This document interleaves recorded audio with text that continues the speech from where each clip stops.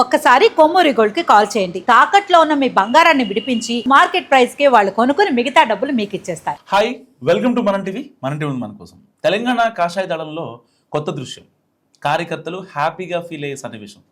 ఇన్నాళ్ళు ఎడముఖం పెడముఖంగా ఉన్న ఎంపీలు ఢిల్లీలో కలిసి కూర్చొని మాట్లాడుకుని భోంచేయడం పార్టీ వర్గాలకే కొత్తగా ఉందట.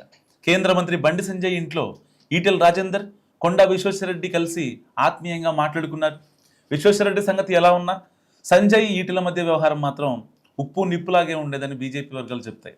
అలా ఎడముఖం పెడముఖంగా ఉన్నవాళ్ళు ఇప్పుడు ఇలా మనం కాషాయం అనడం వెనక కారణం ఏమైనా ఉందా అంటూ కూడా పార్టీ వర్గాలే ఆరాధిస్తున్నాయి.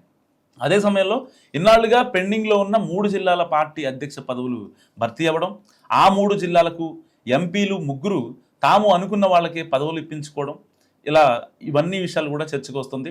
దీంతో ఎవరికి వారు పంతం నెగ్గించుకున్నారా, 3 కలిసి మాట్లాడుకున్నాకే జిల్లాల కొత్త అధ్యక్షుల నియామక ప్రకటన వచ్చిందా అని కూడా మాట్లాడుకుంటున్నాయి టీబీజే నాయకులు. సో తెలంగాణ బీజేపీకి సంస్థాగతంగా 38 జిల్లాలు ఉన్నాయి. అందులో 36 జిల్లాల అధ్యక్షుల నియామకం ఎప్పుడో పూర్తయింది. ఒక జిల్లా అధ్యక్షుడిని ఆ తర్వాత ఎంపీ కొండా విశ్వేశ్వరరెడ్డి ఒత్తిడితో తొలగించారు.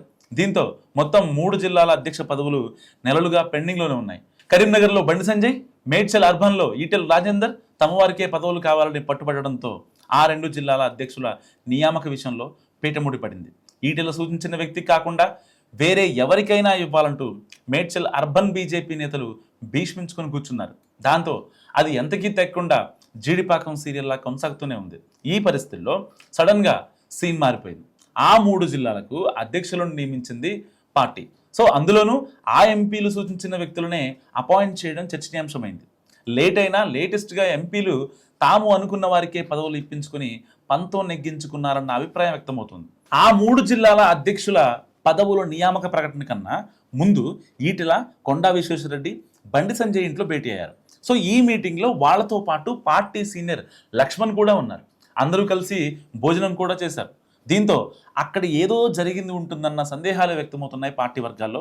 బీజేపీ రాష్ట్ర వ్యవహారాల ఇన్ఛార్జ్ అభయ్ పాటిల్ కూడా 3 రోజులుగా ఢిల్లీలోనే ఉండడంతో పాటు ఎంపీల ఇళ్లకు వెళ్తున్నారట. సో ఆ తర్వాతే బండి ఇంట్లో భోజనం, జిల్లా అధ్యక్షుల ప్రకటనలు జరిగాయని అంటున్నారు. సో ఈ క్రమంలో అందరూ కలిసేలా అభయ్ పాటిల్ రాయబారం నేర్పి ఉంటారన్న గుసగుసలు పార్టీలో వినిపిస్తున్నాయి.